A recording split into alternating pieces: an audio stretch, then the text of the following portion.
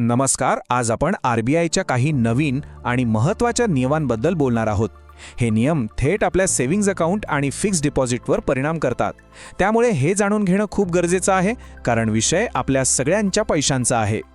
तर मग आरबीआयच्या या नवीन नियमांमुळे आपल्या पैशांवर नेमका काय परिणाम होणार आहे, म्हणजे आपल्या बचतीवर मिळणारं व्याज आणि त्यातली जोखीम कशी बदलेल हे समजून घेणं महत्त्वाचं आहे.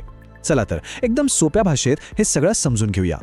सगळ्यात आधी प्रश्न हा पडतो की हे नियम बदलण्याची गरजच का पडली, म्हणजे आरबीआयने बँकिंगमधला नेमका कोणता गोंधळ दूर करून सुव्यवस्था आणायचा प्रयत्न केलाय. चला तेच पाहूया. बघा, आधीची परिस्थिती कशी होती, म्हणजे एकदम गोंधळाची होती. प्रत्येक बँकेचे व्याजदर वेगळे, नियम वेगळे. एफडी वेळेच्या आधी मोडली तर किती दंड लागणार याबद्दल काहीच स्पष्टता नसायची. आणि या सगळ्या गोंधळात ग्राहकांना नेमकं काय करायचं हेच कळायचं नाही आणि अनेकदा त्यांचं नुकसान व्हायचं. आणि याच गोंधळावर उपाय म्हणून आरबीआयनं एक मस्त काम केलंय. त्यांनी एक देश एक बँकिंग नियम या धर्तीवर एक नवी पारदर्शक नियमावली आणली आहे. आता यामुळे काय होणार, तर बँकिंगचे व्यवहार अधिक सोपे आणि स्पष्ट होणार आहेत. ठीक आहे, आता आपण बचत खात्यांसाठीच्या नवीन नियमांबद्दल बोलूया. हे नियम खूप सोपे, न्याय्य आणि सगळ्यांसाठी एकसारखे आहेत. चला तर बघूया ते 3 महत्त्वाचे बदल जे आपल्या रोजच्या बँकिंगवर थेट परिणाम करतील.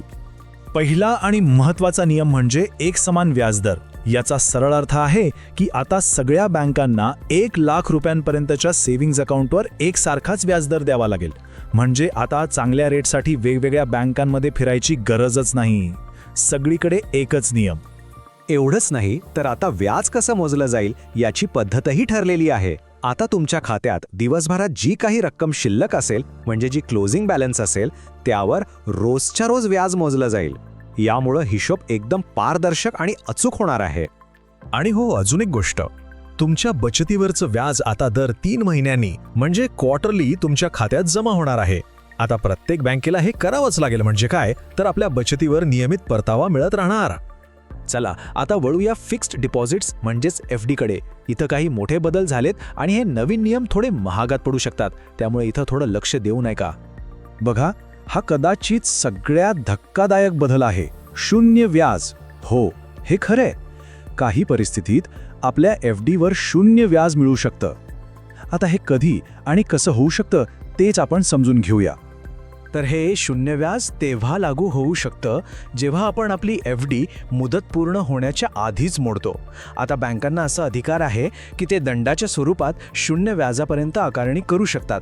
पण एक चांगली गोष्ट अशी आहे की एफडी सुरू करण्यापूर्वीच बँकेला हे धोरण स्पष्टपणे सांगावं लागेल, म्हणजे आपल्याला निर्णय घ्यायला सोपं जाईल. आता बघा, जुन्या आणि नवीन नियमात काय फरक आहे, खास करून मॅच्युअर झालेल्या एफडीबद्दल. पूर्वी काय व्हायचं, एफडीची मुदत संपल्यावरही आपण पैसे काढले नाहीत किंवा रिन्यू केली नाही तरी जुन्या दरानेच व्याज मिळत राहायचं. पण आता तसं होणार नाही. आता त्यावर फक्त सेव्हिंग्ज अकाउंट इतका किंवा त्यावेळच्या एफडी दरा इतका जो कमी असेल तो व्याजदर मिळेल, म्हणजे नुकसान होऊ शकतं. एफडीच्या नियमांमध्ये आणखी काही महत्त्वाचे बदल आहेत. उदाहरणार्थ, आता कमीत कमी 7 दिवसांची एफडी करता येईल आणि बँका आता ग्राहकांना आकर्षित करण्यासाठी कोणत्याही भेटवस्तू, लॉटरी किंवा स्क्रॅच कार्ड्स देऊ शकणार नाहीत. फक्त व्याजदर हेच एकमेव प्रमोशनचं साधन असेल. आणि हो, समजा तुमची एफडी सुट्टीच्या दिवशी मॅच्युअर झाली तर तुम्हाला पुढच्या वर्किंग डेला पैसे मिळतील, तेही त्या एका जास्तीच्या दिवसाच्या व्याजासकट. पण थांबा, सगळ्याच काय वाईट बातम्या नाहीयेत. एक चांगली बातमी सुद्धा आहे. ज्येष्ठ नागरिक आणि ज्यांच्या मोठ्या ठेवी आहेत अशा ठेवीदारांना बँका अजूनही विशेष म्हणजे जास्त व्याजदर देऊ शकतात. त्यामुळे त्यांना या बदलांचा फारसा फटका बसणार नाही. तर मग या सगळ्या नियमांचा सारांश काय, म्हणजे याचे फायदे काय आणि तोटे काय आहेत, कोणाला याचा फायदा होईल आणि कोणी जास्त काळजी घ्यायला हवी, चला हेच बघूया. हे बघा, या नवीन नियमांचे फायदे नक्कीच आहेत. सगळ्यात महत्त्वाचं म्हणजे पारदर्शकता वाढली आहे. कोणतेही छुपे चार्जेस नाहीत आणि ज्येष्ठ नागरिकांचं हित जपलं गेलंय.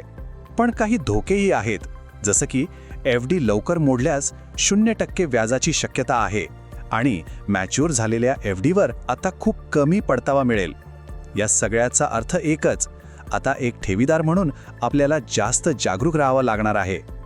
मग आता प्रश्न येतो की या नवीन परिस्थितीत आपल्या बचतीचं संरक्षण आणि वाढ कशी करायची. काळजी करू नका, यासाठी एक सोपी चेकलिस्ट आहे जी आपल्याला नक्कीच मदत करेल. ही 4 कलमी योजना आहे. पहिलं म्हणजे कोणतीही FD सुरू करण्याआधी ती लवकर मोडल्यास काय दंड लागेल याचे नियम नीट वाचा. दुसरं, तुमच्या FDच्या मॅच्युरिटीच्या तारखा लक्षात ठेवा, त्या तशाच पडून देऊ नका. तिसरं, ऑटो रिन्युअलचा पर्याय खरंच फायद्याचा आहे का याचा पुन्हा विचार करा. आणि चौथं, आता बँकेत जाऊन दरांवर घासाघीस करणं थांबवा, कारण आता दर सिस्टम ठरवते. या सोप्या गोष्टी लक्षात ठेवल्या तर आपलं मोठं नुकसान टळू शकतं. एक गोष्ट तर नक्की आहे, या बदलांमुळे पारदर्शकता वाढली असली तरी जबाबदारीही वाढली आहे. आता जो बचतकर्ता अधिक माहिती ठेवून जागरूक राहील त्यालाच जास्त फायदा होईल. तर मग आपण सगळे एक अधिक माहितीपूर्ण बचतकर्ता बनायला तयार आहोत का? ह्या नवीन बँकिंग नियमांबद्दल आपलं काय मत आहे? हे बदल फायद्याचे वाटतायत की त्रासदायक? आपले विचार आम्हाला खाली कमेंट्समध्ये लिहून नक्की कळवा. आणि हो, फायनान्स आणि गुंतवणुकीबद्दल अशीच सोप्या भाषेत माहिती मिळवण्यासाठी आमच्या चॅनलला सबस्क्राईब करायला विसरू नका. धन्यवाद.